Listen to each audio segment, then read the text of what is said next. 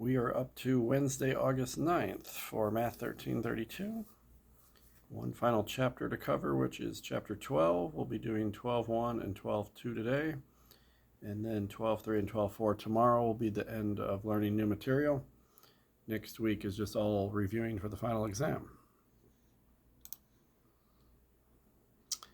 12.1 is sampling, frequency distributions, and graphs, and then 12.2 is measures of central tendency. The chapter 11 is kind of the beginning of what's normally a class called probability and statistics. So this is the probability part of it, and now we're getting into the statistics part here in chapter 12. Okay, so we got 10 questions here.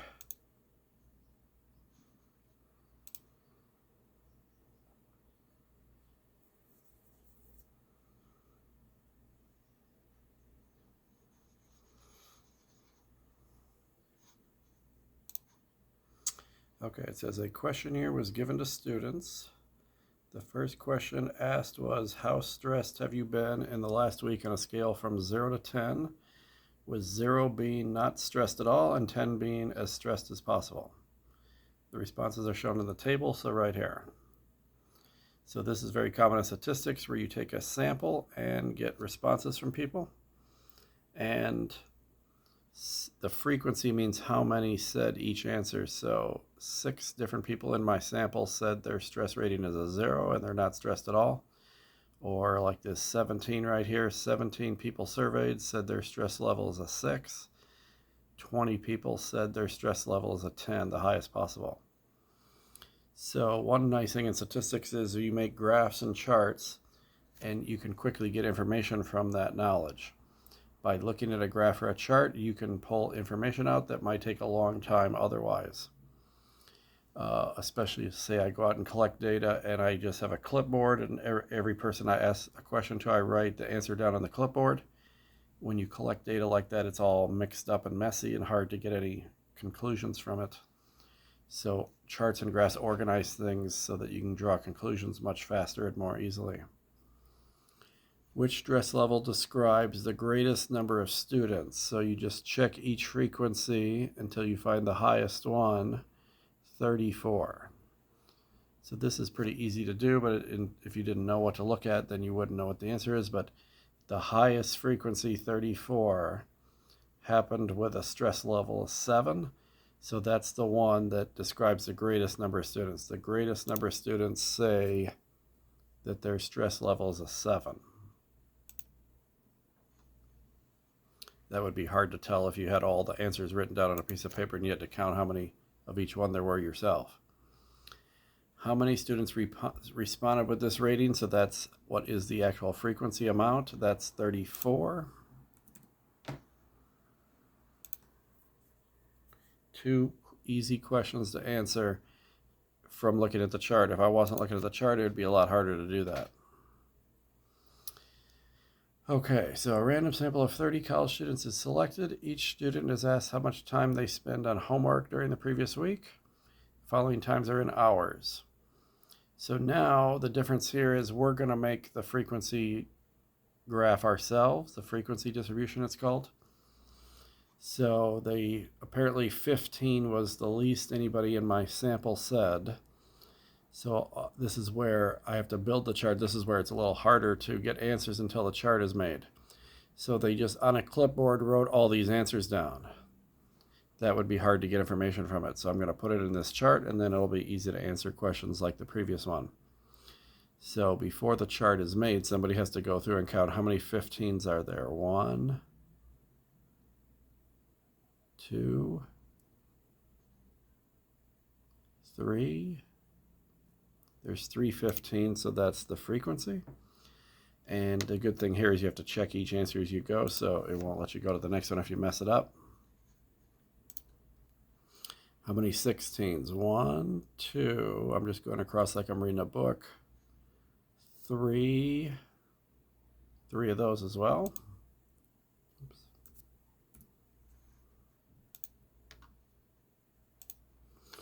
17s. 1, 2, 3, 4.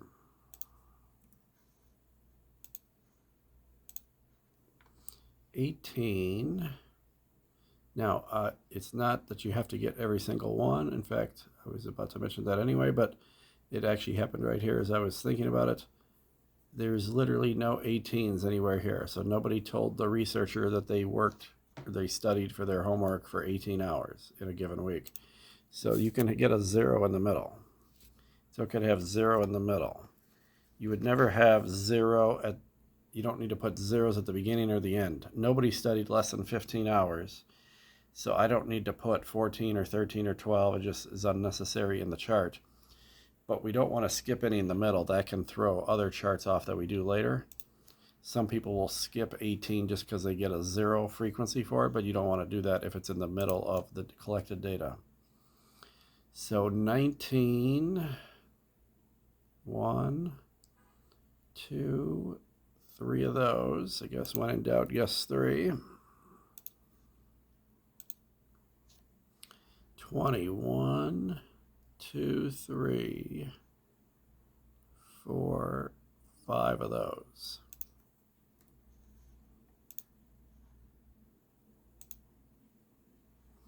Okay, 21, 1, 2, 3. Good old 3 again. 22s. 1, 2, 2 of them. 23. 1, 2. 24. 1, 2, 3. Back to 3 again. And apparently the highest number is 25. So 1, 2, 2 of those.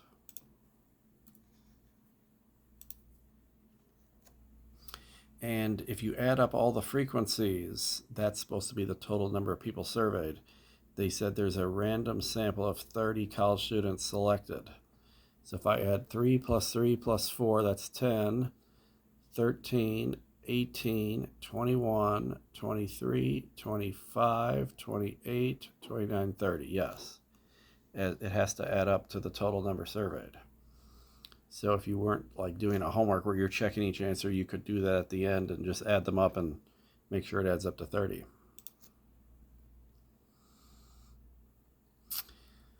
Okay, another thing you can do is, if you notice on that last problem, they listed every single possible answer, 15, 16, 17, 18, all separately. Sometimes that list is too long. Imagine if you tried to list every number between 15 and 94. Now you got like 80 numbers to list. Then the chart just gets too long.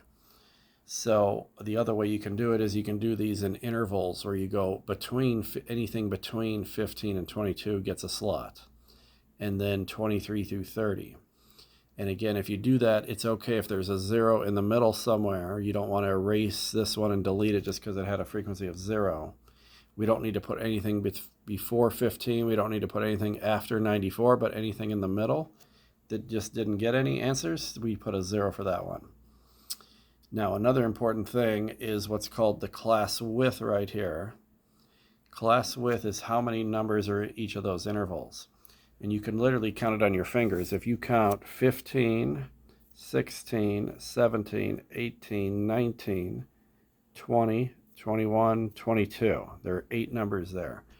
It seems like there's 7 between 15 and 22, but there's actually 8. That's the class width. And if one of them is 8, they need to all be 8. There was a book called How to Lie with Statistics where they would intentionally make mistakes like this to get a certain point of view across. So if you had like 8, 8, 8, and then the next one was 7, that's not a fair comparison. If you make the class width 8, 8, 8, and then this one's only got 7 numbers in it, that can make this one get less frequencies. Somebody could do that intentionally, or even if it's an accident, you don't want to have where some of them are bigger or smaller than other ones. So the class width, if I check one of them, it's apparently 8. And I could check another one like 71 through 78. That's literally 1, 2, 3, 4, 5, 6, 7, 8. There are 8 numbers there. But if one of them's 8, they got to all be 8. Okay, so that's another thing you can do is make sure the class frequency is even all the way throughout. A professor had students keep track of their social interactions for a week. The number of social interactions over the whole week is shown in the grouped frequency. They call this a grouped frequency distribution when you have intervals like this instead of single numbers. How many students were involved in this study? See, that's what I mentioned before. If you add all the frequencies, that is the sample size. That's how many people are involved. So it's adding the frequencies, not the actual numbers over here. So I need to add 7 plus 14 plus 20 plus 18 plus 11 plus 9 plus 2 different 7s and 2 different 1s. So 95 people were in this survey, and I put all 95 of them here under the frequencies. Type a whole number. There's 95 people in the survey.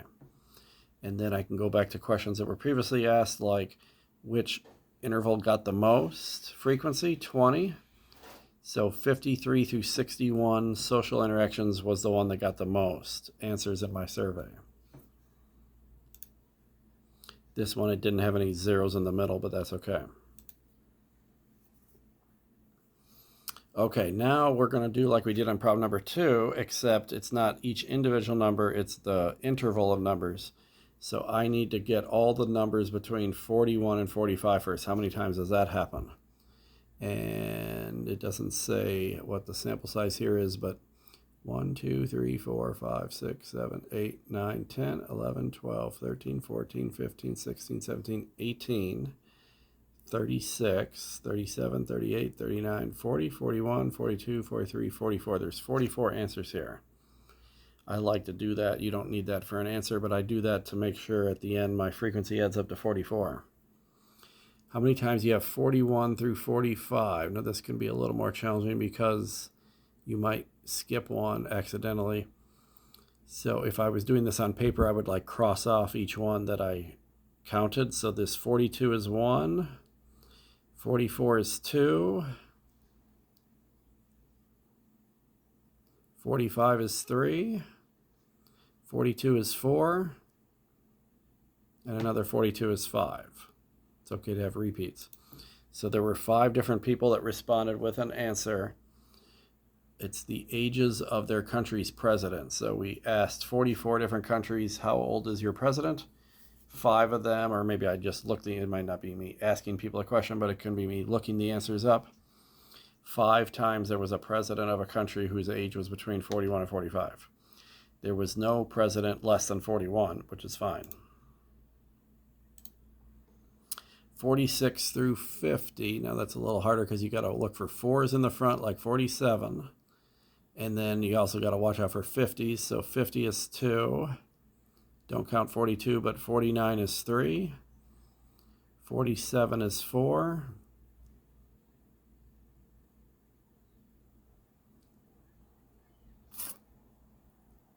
47 is 5. So it turned out there's 5 of those too. 51 through 55. Now here in the homework, it's nice because if I miscount or miss one of them, it's going to tell me I'm wrong and give me a chance to correct it. If you're doing this on a test, they're going to have you fill all the boxes in and it won't check the answer till after you submit it. So that's why it's a good idea to count how many there are and make sure it adds up to what you think it adds up to. 51 through 55. 1, 2, 3, 4, 5, 6, 7, 8, 9, 10, 11, 12. 12 of those. I've got 5 plus 5 is 10, plus 12, I'm up to 22 so far. I got half of it so far. There's only 44 presidents recorded, and I got 22 of them. So there's 22 more to go. 56 through 60, 1, 2, 3, 4, 5,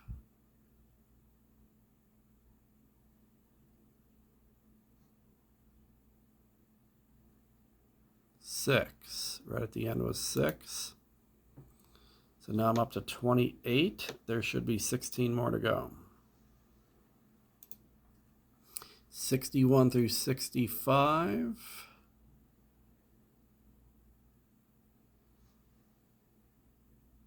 There's 61. So 1, 2, 3, 4, 5, 6. So it should be 10 more to go. 66 through 70. 1, 2, 3, 4, 5, 6, 7, 8, 9, 10. Better not be any more. No. There it is, 10. See, I knew I was done at that point because I've been counting this up and make sure it gets to 44. And see, this would be hard if you just looked at the raw data. How many presidents are in their 50s? That's hard to tell from the chart, from the raw data, I mean, but maybe not in their 50s, but 51 through 60 would be a better question. I can, from the chart, see that's 12 plus 6, 18. There's 18 presidents who are between 51 and 60 years old. That would take me longer to figure that out if I just had the raw data every time there was a new question. Okay, here's the reason why you don't want to skip any of the ones in the middle that have zeros in them, because we take these frequency distribution charts, and the next type of chart you can make is called a histogram, which is a bar chart like this. So if you go back here, see how 41 through 45 had 5, and then 46 through 50 had 5, and then 51 through 55 had 12. That's what the height of these bars are. This isn't the same problem, but if I make the first bar 41 through 45, if I make that go up to 5, and then the second one 46 through 50, if that one would have been 5, and then the next one would have been 10, then you get a representation of what's happening here. So the bars are going higher and higher, or lower and lower, depending on the frequency. And then you get an overall trend of the data, like how this goes up and then back down again. Okay, so this is a histogram that's already been drawn for us. It shows the starting salaries rounded to the nearest $1,000 for college graduates based on a random sample of recent graduates. Determine whether the following statements is true or false according to the graph. The graph is based on a sample of approximately 500 recent college graduates. Approximately 500. So I would have to add these numbers up to tell that, and that might take a little while, except I'm going to go to this highest one first. The highest one is right around 300. And the second highest one is maybe a little less than 300, like 270 or so, I'm just estimating. But if you have a little more than 300 and a little less than 300, that's real close to 600 already. These two middle bars add up to a frequency of 600, and there's still bars like this one's a little over 100, and this one's over 100. This is well over 500. I don't even have to figure them all out. But if you got every single height of each bar, what the y-axis number would be, if you could see that better and write them all down, if you added all those up, that would be the total sample size. It's clearly well higher than 500 in this problem.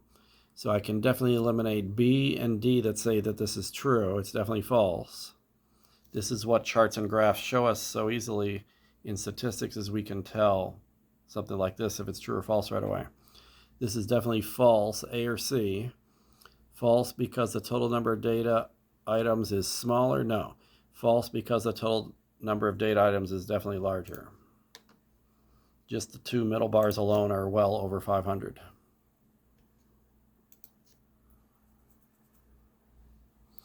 Okay, another thing that you can do is if you have a histogram, imagine if you have a histogram like this.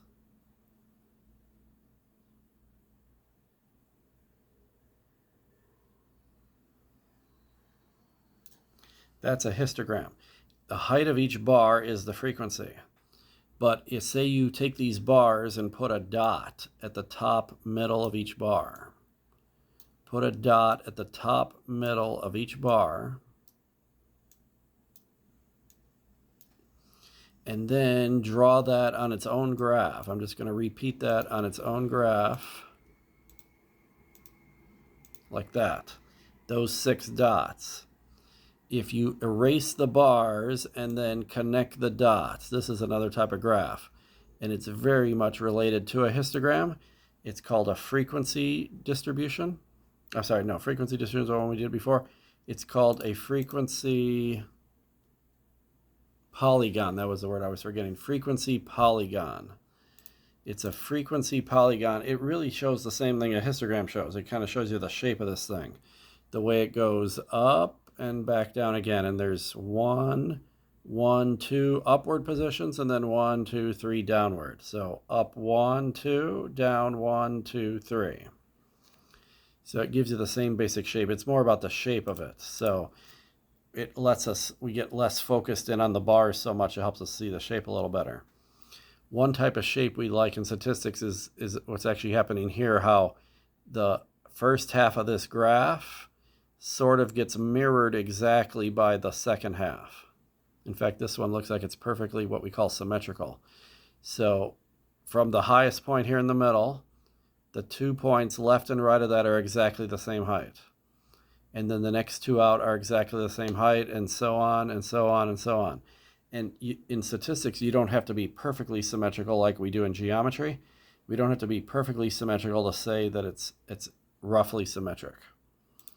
Now, the reason this is called a frequency polygon is if you take the x-axis here, imagine if you said, oh, I have a blank bar right here that has a height of 0. So put a dot in the middle of the next bar, which would be right on the x-axis, and same thing here.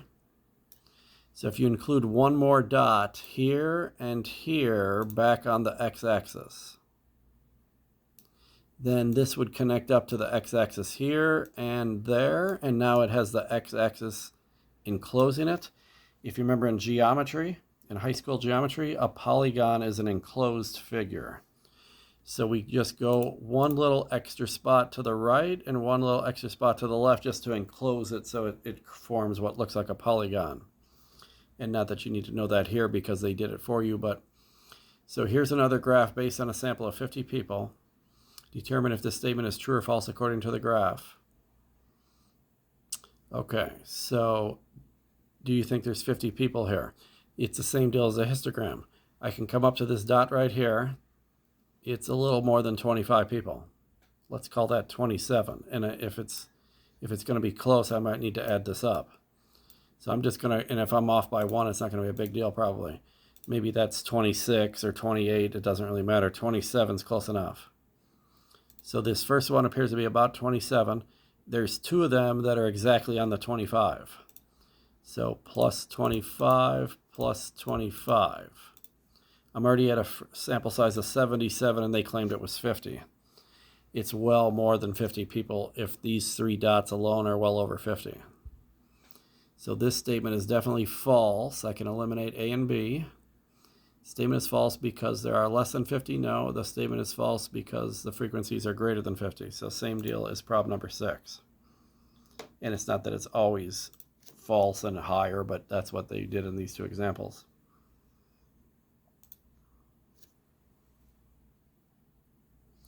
Okay, it looks like it's the same exact chart here. So again, true or false? No. Oh, yeah, it is true or false. Okay. So determine if the statement is true or false. More people had an IQ score of 105 than a score of 125. So I just have to go to those 2 spots. 105 IQ scores right here. If I go up to that dot, it's luckily right exactly on a line, it's exactly 20. That's what you can tell from these frequency polygons is you can pick out a score that you want. If you go up to the dot and over to the y-axis, that's how many people were in the survey that said that or had that score. 20 people have an IQ score of 105 in this example. Is that more than the people that had a score of 125? 125 is also 20. So this is false because 20 people had a score of 105 and 20 people had a score of 125. It's not that more people had a 105, they both have the same amount. It could have been more or less or the same. Here it's the same, but that makes the statement false because the statement said more people had that score.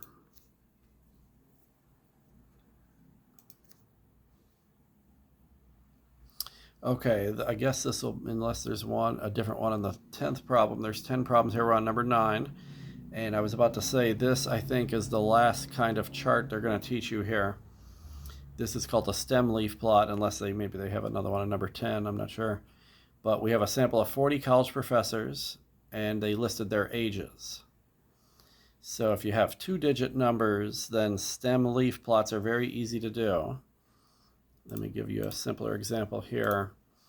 Say I have let me just ask 10 people their age, and somebody says, I'll put this in order to make it easy, 23, 34, 34, 37, 40, 55, 1, 2, 3, 4, 5, 6, I'm going to put 10 people, 59, 61, 66, and 70. Here's 10 people in a sample, ask them how old they are. If you focus in on the front number of each value, 20s, 30s, 40, 50s, 60s, and 70s. We put this at the beginning of the chart. This is called the stem value. And just like those other charts, you don't need to put anything less than 23. You don't need to put anything bigger than 70. But you do need to put every number between the 20s and the 70s, even if it turned out there was nobody in the 40s, for example.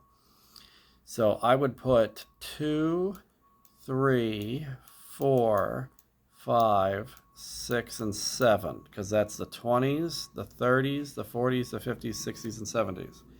The stem is the tens place of the number. And then in the leaf, that's why it's called a stem leaf problem, you're basically breaking the number into two pieces, a stem and a leaf. The stem is the tens place and the leaf is the ones place. So from the 20, there's a 3 attached to that, 23, so I put a 3 here. This represents 23. And then I've got a 34, so 34 right there.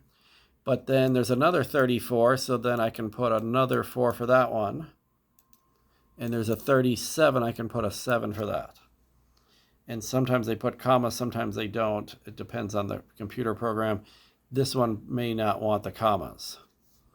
So then I have a 40, right there's 40.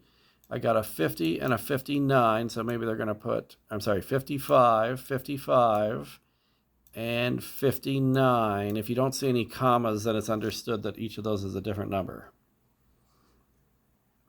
61, 66, and 70. This is a stem leaf plot here. This is very good in a class like ours. I could make a stem leaf plot for like test grades. We could have test scores that range from, say, the 20s to the 100. So I would write 2, 3, 4, 5, 6, 7, 8, 9, 10. On our last test, somebody got 100 on it.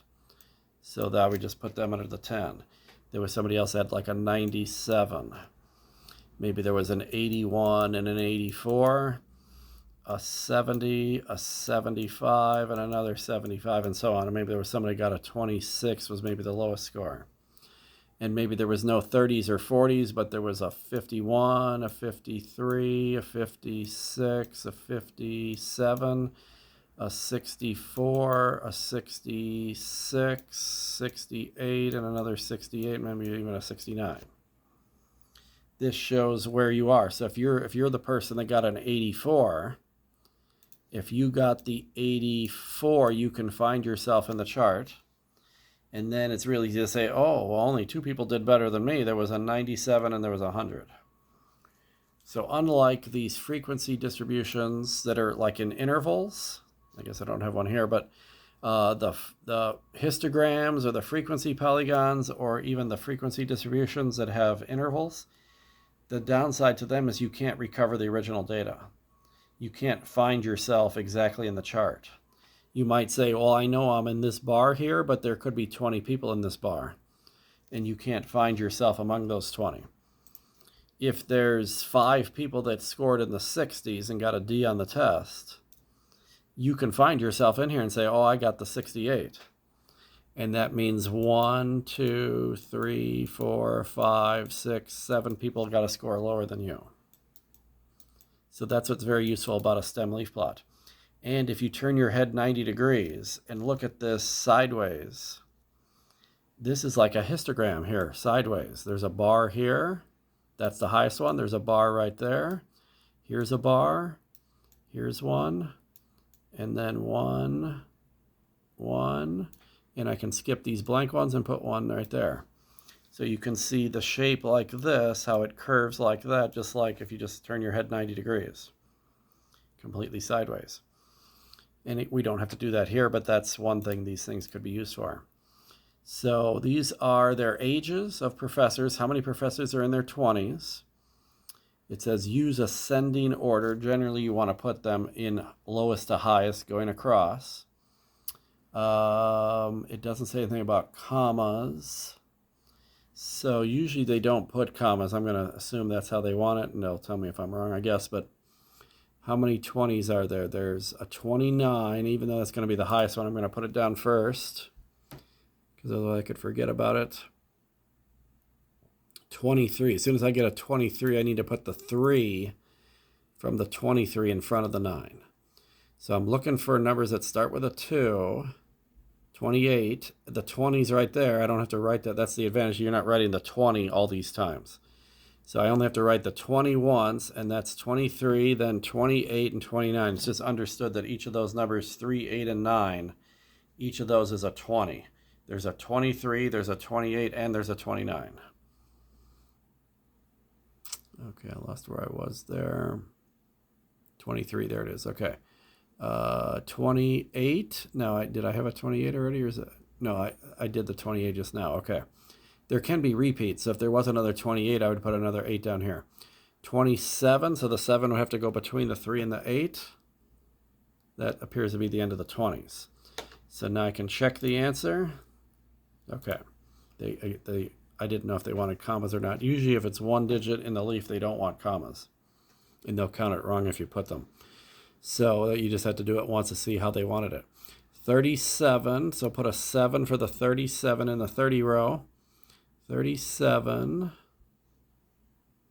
34, the 4 would have to go before the 7. You want lowest to highest going left to right. 34, then there's a 32, that would have to go in front. 32. 31 would even go in front. 35, I'd have to slide that between the 4 and the 7. 37. 39 would go way in the back. 35, I can put that between the 5 and the 7 or between the 4 and the 5. It won't matter once there's a repeat. And then here's even another 35. It's the third time there's been a 35. There's a 30 exactly, so put that way in the front. That's it. So the leaves there are 0, 1, 2, 4, 5, 5, 5, 7, 7, 9. 40s. I got 40 exactly and 44. Then there's a 46. At least all those were in order. 45, I got to go back and put that in order. 43 and 44, so I'm going to put 3, 4 for those two. 46 can go at the end. There's another 46. 49. 41, I got to put that between the 0 and the 3. 47 has to go between the 6 and the 9. 43, I can put that in front or in back of the 3 that's already there. 37, same thing, 37. 39. Oh, wait, I'm doing 30s. I messed up. Okay. See, I just had a brain cramp in the middle of this. I switched from 40s to 30 somehow. I guess I got to just start the 40s over again. Luckily, I noticed that before I submitted the answer. Okay, 0, 4, 6. I don't know how I switched to 30 suddenly, but 45, 43, 44, 46, 46 again, 49, 41, 47, I think I was correct up to that point, 43. Somehow when I moved to the last row, I think I switched back to 30s. Okay, 48, yeah, definitely different here. I didn't have an 8 up to that point. 48, 41. That's it. Okay. 50s. There's a 52. 56. 59. 51 has to go in the front. 58 goes between the 6 and the 9.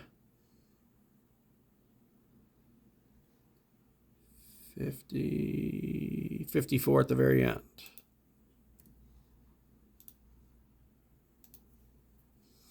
And then 60s, 66,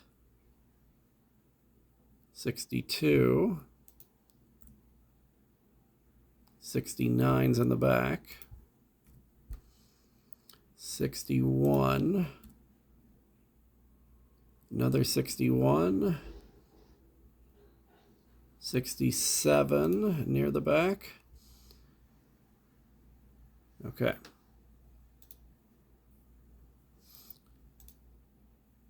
Okay, so there's the whole chart. Everybody was in their 20s through 60s.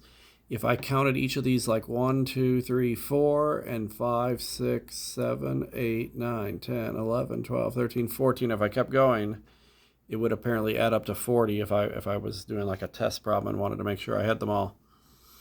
Notice the most is in the 40s. There are more professors in their 40s than any other age, and it trails off down to the 20s, levels off up at the 50s and 60s.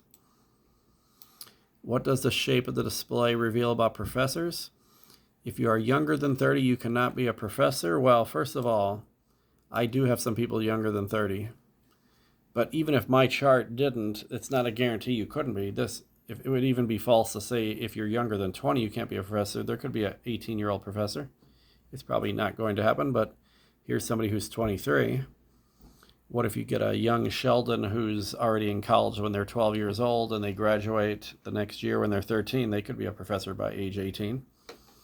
So just because your chart doesn't have it doesn't even make it false. It doesn't even make it true. And this definitely is false because I do have some people younger than 30.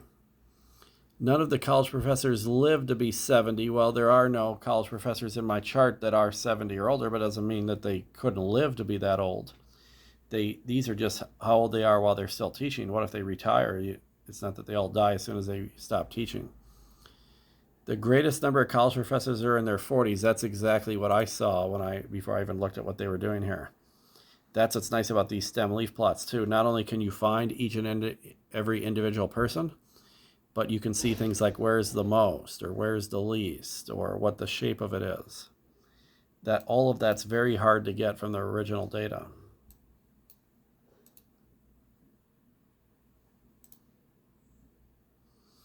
Okay, final question. Okay, that's what I thought is that stem leaf plots were going to be the last thing you've seen. So another type of stem leaf plot, though, is called a back-to-back stem plot.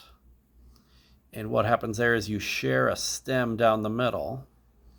These again are their ages. So I have ages from the 20s all the way to the 80s. And they have actors and actresses. How old were they when they won an Academy Award? For example. So there was apparently 2 different actresses that won an award when they were 21 years old. That was the youngest. The oldest actress was 85. And then when you do the actors, you got to read this backwards. So 76. It looks like 67, but it's actually 76. The oldest actor is 76. The youngest actor is 31. When you do the right-hand one over here, you have to go smallest to largest on the order there. But when you go the other way, you actually, if you're reading it like a book, it looks like it's highest down to lowest because you actually do it, the lower number should be closer to the stem. What is the age of the youngest actor to win this award? Maybe it's not an Academy Award, but right there, 31 is the smallest number in the actor's side. So 31 years old. I can read that right out of the chart. What is the age difference between the oldest and youngest actress to win the award? That was something I was pointing out, is that the youngest actress is 21 and the oldest is 85. What's the difference in their ages? Well, it's 85 minus 21. If you ask for difference, that means subtracting. There's a 64-year age difference from the oldest actress to the youngest that won this award. What is the oldest age shared by 2 actors? So I need to start at the 70s and work my way down until I find the first repeated number. The first repeated number is this 2 6s right here. And those are both 56. 56 is the oldest age of an actor where they had 2 different people that won the award. What differences do you observe between the 2 stem leaf plots? What explanations can you offer for these differences? So one thing to note is that the actors, the most is the 40s. For actresses, the most is the 30s. And there's a bunch of 20-year-old actresses. There's no 20-year-old actors. So one thing I'm noticing without even reading the possible answers here is that actresses win this more when they're younger than when actors do. And that's kind of a discriminational thing that happens, unfortunately, in our society, that as actors get older, they can still be in a lot of movies and win awards. Generally, older women don't get picked as often. So they need to be young and pretty. Supposedly, that's the stereotype or the discriminatory part. And this is a thing that if you make this chart, you can bring this to bear and show people that there's biases involved here. That they're just picking the women only when they're pretty and young and not when they're old and still very successful in their craft. Although the one thing, maybe an argument against that, was the oldest one picked was a woman. But this is just a made-up chart too. If you actually did this for the Academy Awards, you would find that there's a lot more older actors than older actresses. So what differences do you observe? Okay, there is a lower frequency of actors in their 40s. Definitely not. That's the one where they're the most. There is a higher frequency of actors in their 40s and 50s, yes, compared to the women, than actresses, and a lower frequency of actors in their 20s and 30s. That's definitely true, B right there. That's exactly what's happening. The actors having their most in the 30s and 40s, the actresses are having their most in the 20s and 30s. Okay, so we have 100% on this section 12.1 right now. And let's move on to section 12.2, which is called central tendency. Central tendency is like the middle of a distribution, and it's commonly referred to as an average. Measures of central tendency, or average.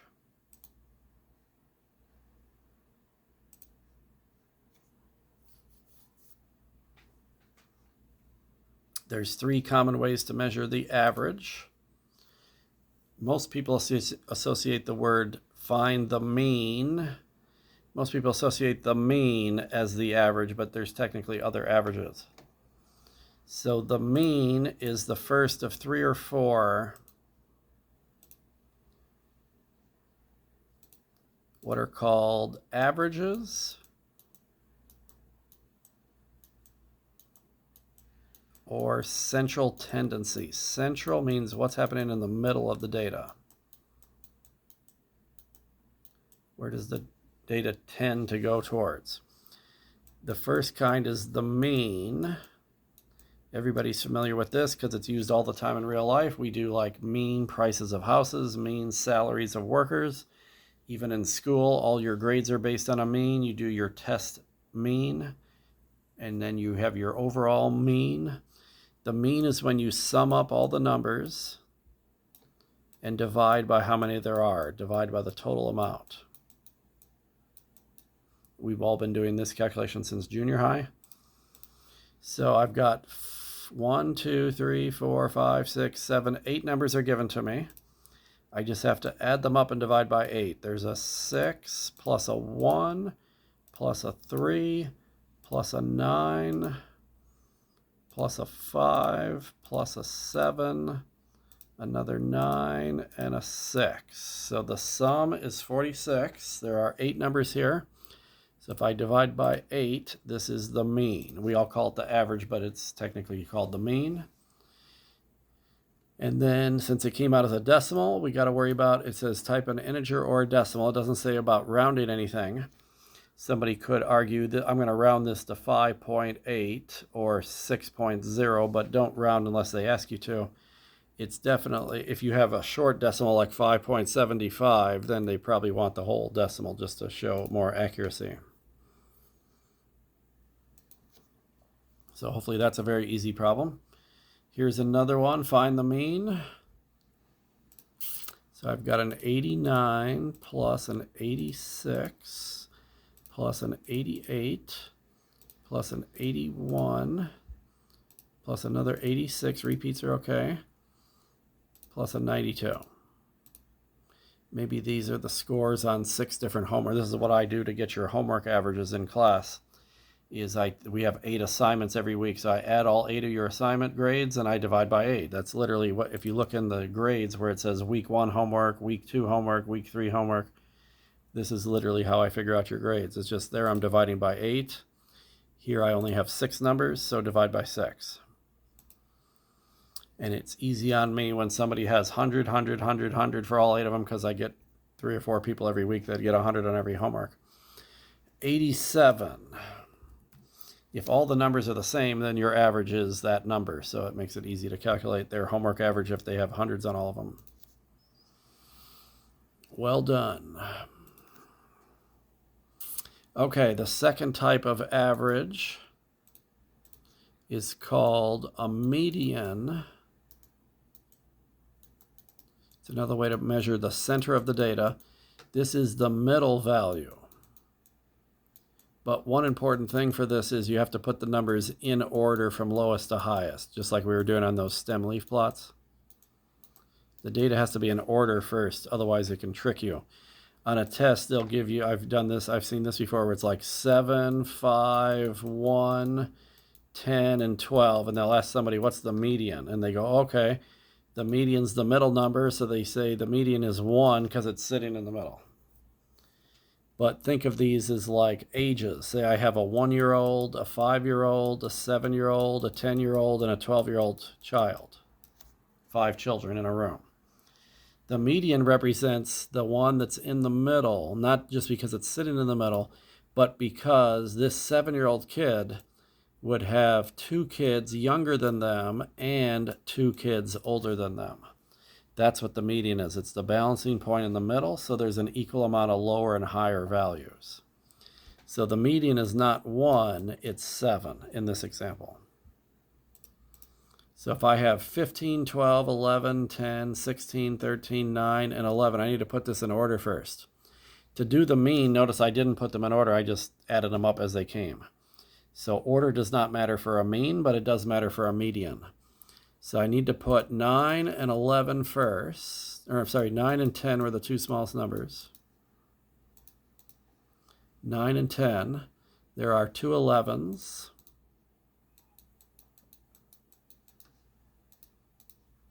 There is a 12 and a 13. This helps too if the numbers are all small and close to each other, so it's easy to find the order. 12 and 13, and then apparently 15 and 16. And again, it's okay if there's no 14. And I'm not making a chart. If I was making a chart, I would need to include the 14, but I'm not including it here because I'm just working with the numbers given to me. There are 1, 2, 3, 4, 5, 6, 7, 8 numbers. First thing to make sure is that there were 8 here too. 1, 2, 3, 4, 5, 6, 7, 8, because you could easily miss one or double count one accidentally. So here's literally how a median works. Eliminate the lowest and the highest. Now do it again. Eliminate the lowest remaining and the highest remaining. Keep doing that until there's 1 or 2 numbers in the middle. If there's 1 in the middle, like this 7, see if I eliminate the lowest and highest, eliminate the lowest and highest until there's 1 or 2 numbers in the middle. If there's 1 in the middle, that's the median. If there's 2 in the middle, then you have to average them. You have to do the mean of them. So I have 2, but it's always only going to be 2. It's either 1 or 2 numbers in the middle, never more than 2. So the most you'll ever have to do is add 2 numbers and divide by 2. Or if there's just 1 in the middle, that's it. So 11 plus 12, make sure you press equals and then hit divided by 2. Or another way of thinking about it is it's the halfway point between the 2 numbers. So if I say to myself, what's halfway between 11 and 12? Halfway between 11 and 12 should be 11 and a half. So see, 11.5. You got to be careful if you type 11 plus 12 divided by 2. It'll do the order of operations. It'll divide first. It'll do the 12 divided by 2 first and get 6, and then it'll add 11 and get 17. The answer cannot be bigger or smaller than the given numbers. So if you're trying to find the mean of 11 and 12, it has to be somewhere between 11 and 12. It can't be bigger than 12 or smaller than 11. But that's an easy mistake people make in their calculator sometimes. So 11.5, it's definitely not 17. The median can't be bigger than any number that's given to me, or smaller than any numbers. That's why it's called central tendency. It's somewhere in the center of the data, not the higher or lower values. Okay, now there's just 5 numbers here.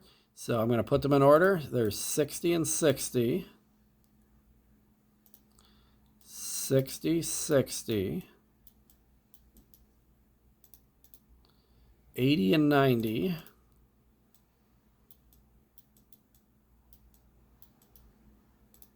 And then 120. Eliminate the lowest and highest. Eliminate the next lowest and highest. There's 1 number left in the middle. That's the median, 80. And if I did not put them in order, you might have missed this. Some people fall for this on tests, and they'll put 90 for the answer because it's sitting in the middle. But it's not the one sitting in the middle. It's the one in the middle after they're in order. And that gives me an equal amount of smaller and larger values on that. There's 2 numbers smaller than 80, and there's 2 numbers bigger than 80. That's why it's the median, not because it's sitting in the middle. Okay, so can we do a median if we have frequencies of values? So I've got, instead of them listing every number for me, they summarize it in a table is basically what happened here.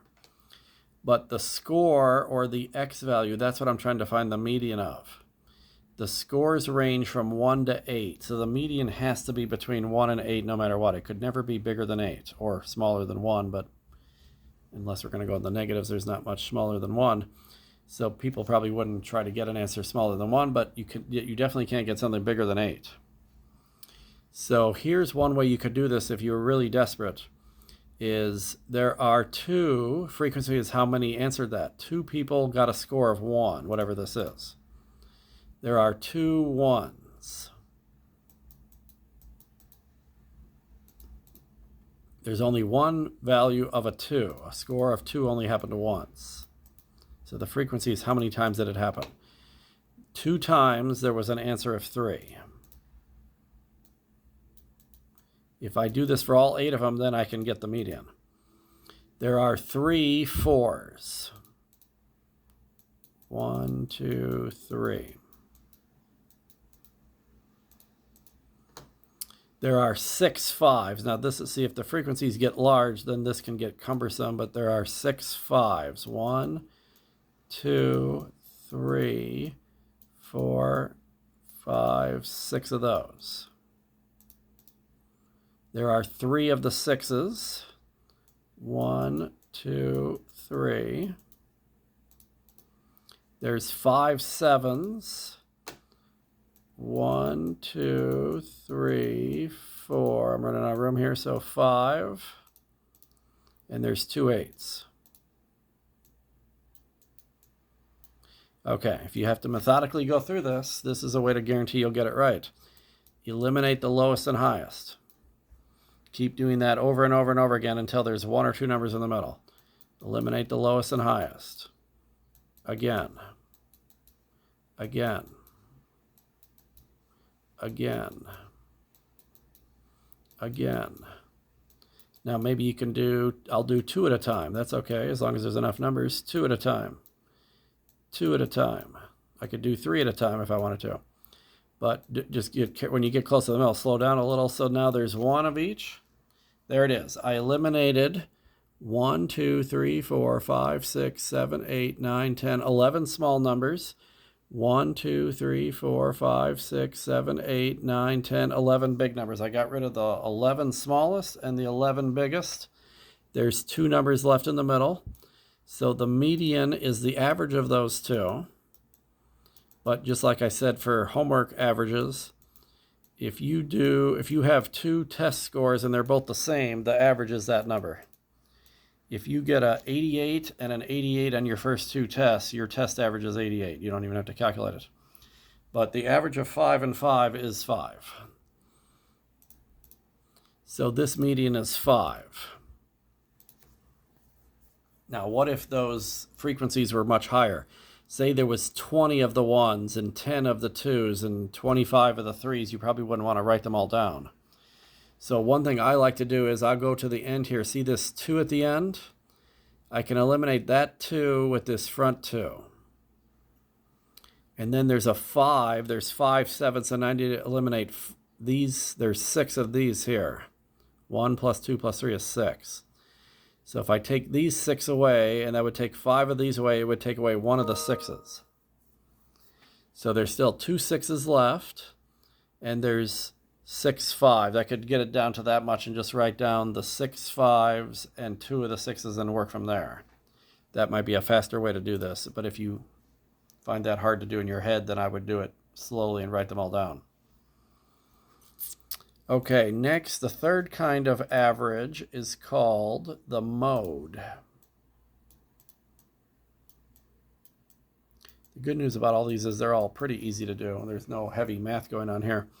The mode is the most frequent one. Which one happens the most or tied for the most? So let me go through some examples here because there's a common misconception here. If you have 1, 2, 3, 4, if that's your data set, 1, 2, 3, 4, then we say there's no mode. If all the numbers are tied for the most, then there's no mode. If you have every number once, or say every number happened twice, there would be no mode. If I had 2 1s, 2 2s, 2 3s, there's still no mode there because they're all happening twice. So you have to have at least one number that happens more than the rest. So if you have 1 1 2 3 4, now the mode is only 1 because I have 2 1s and everything else is happening once. Or I could have 2 1s, 2 2s, a 3 and a 4. Now the mode is 1 and 2 because those 2 are happening the most.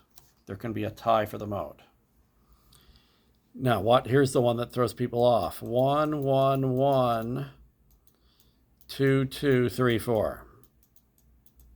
Some people falsely think the mode is all the repeats. That's not true. Not necessarily true. If there's 3 1s and only 2 2s, then it's only a 1.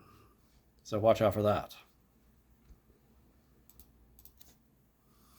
So you don't have to put the numbers in order for a mode necessarily, but it helps if they're in order to see the repeats.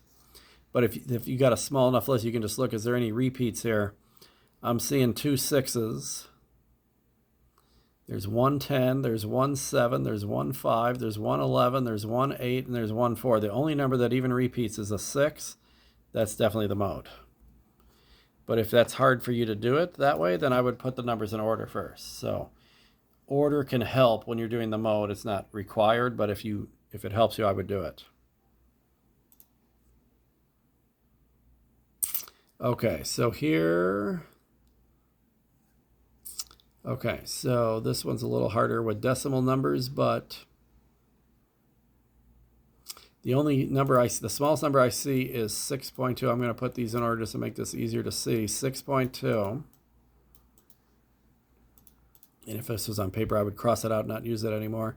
There's a 7.3, a 7.8, and there's 2 different 7.1s. 7.1, 7.1, 7.3, and 7.8. By putting them in order, I already see a repeat right here. And if that turns out to be the only repeat, that'll definitely be the mode. How many 8s are there? There's an 8.4, 8.8, 8.8, 8.2. So 8.2, 8.4, but there's 2 different 8.8s. So now we got at least 2 numbers in the mode, possibly. Because the answer is definitely not going to be no mode, because that only happens if every number occurs equally. I already have different, some of them are happening once, some of them are happening twice. So no mode is definitely not the answer. Now, probably the answer is going to be both 7.1 and 8.8, but maybe there's more repeats to come. There could be 2 more of numbers in the 9s. There could be 3 of the same number in the 9s, and then that would turn out to be the only mode if that were to occur. How many 9s do I have? 9.6, 9.3. So as I suspected, these 2 are the mode. Only 2 numbers repeat, and they both occur twice, so the mode is both 7.1 and 8.8. And you may have been able to do this without putting the numbers in order, but it just made it easier by putting them in order. Then I'm for sure knowing what the answer is. So if it was doing this on a test, I would probably put them in order to make sure. But they actually made it a little easier on you. They put the similar ones right next to each other. That helped a little bit. But if the data is really mixed up, or if there's a lot of data values, then it could be harder to determine that. We can also figure out the mode. This is actually easier than the median if you have this what's called group data. There are 3 1s, there are 2 2s, there's 1 3, there's 4 4s, there's 6 5s, there's 1 6, 1 7, 1 8. The mode is 5 because it happens 6 times. So the mode is easy to determine here. It's whatever frequency is the highest, or if there's a tie for the highest, that could happen too. But it's just 5 because that happens 6 times, literally. The frequency tells you how many times they happen. That's literally what modes are about. Okay, the final measure of central tendency, or what's called an average. This one, you may have heard of mean, median, and mode. These 3 are taught as low as junior high. Most people have seen this before. And they're all easy to do unless it's like really crazy data sets. But this one you probably never heard of before. This is called mid-range. This is usually not taught till college. It's easy to do, but it's easy not to know how to do it if you've never heard of it before. What it really is an average of the lowest and highest numbers. Take the minimum value, take the maximum value, and divide by 2. It's the same thing you do when you're looking for the median when there's 2 numbers in the middle. It's the exact same calculation. So if there's 2 numbers in the middle of a median, then you average them by adding them up and dividing by 2. That's how the mid-range is found. It's just you do it with the lowest and the highest numbers. So I've got 9, 6, 5, 4, 10, 7, 3, 5. The smallest number here is 3. The biggest number here is 10. So I just need to average 3 and 10. 3 plus 10, don't forget to hit equals, divided by 2. Because if you're trying to average 3 and 10, the answer should be somewhere between 3 and 10. It's exactly halfway between 3 and 10, actually, which is 6.5. So it's easy to find the mid-range. You just have to know the rule for it. It's minimum plus maximum divided by 2. And what if I have a range of data again in groups? Well, this is easy because there's only one 19. So 19 is definitely the highest number. And even though there's two 12s, 12 is the lowest number. There's nothing smaller than 12. There's nothing bigger than 19. Repeats don't matter here. So there's at least one 12. That's the smallest number. There's one 19. All I have to do is average 12 and 19. And the answer should be somewhere between 12 and 19, halfway between 12 and 19. 12 plus 19, press equals, divided by 2. It's good to know where the answer should roughly be, because that way if you have a typo in your calculator, if you know the answer has to be between 12 and 19, then 15.5 is a possible answer. Because if you do 12 plus 19 divided by 2 like this, you get the wrong answer. It can't possibly be that answer because it's not between 12 and 19. That can save you on a test from messing up and having a typo in your calculator. That's a very common mistake. They forget to press equals before they hit the divided by 2. Okay, so there's 100 on this grade too. So hopefully you're going to find this fourth test. This might be the easiest test of them all. And that way you could possibly get a good grade on this fourth test if you've done all this homework. And I almost forgot about my magic word of the day. So luckily I remembered it right here before the video ended. But before I mention that, let's just again talk about here. Section 12.2 is about averages or central tendency. So all you're doing is mean, median, mode in this new one, mid-range. That's 12.2. 12.1 are different types of charts like frequency distributions, histograms, frequency polygons, stem leaf plots. And getting information from charts is a big part of statistics. The magic word of the day for Wednesday, August 9th. Let's continue our theme of the week, and this time it's going to be Chicago.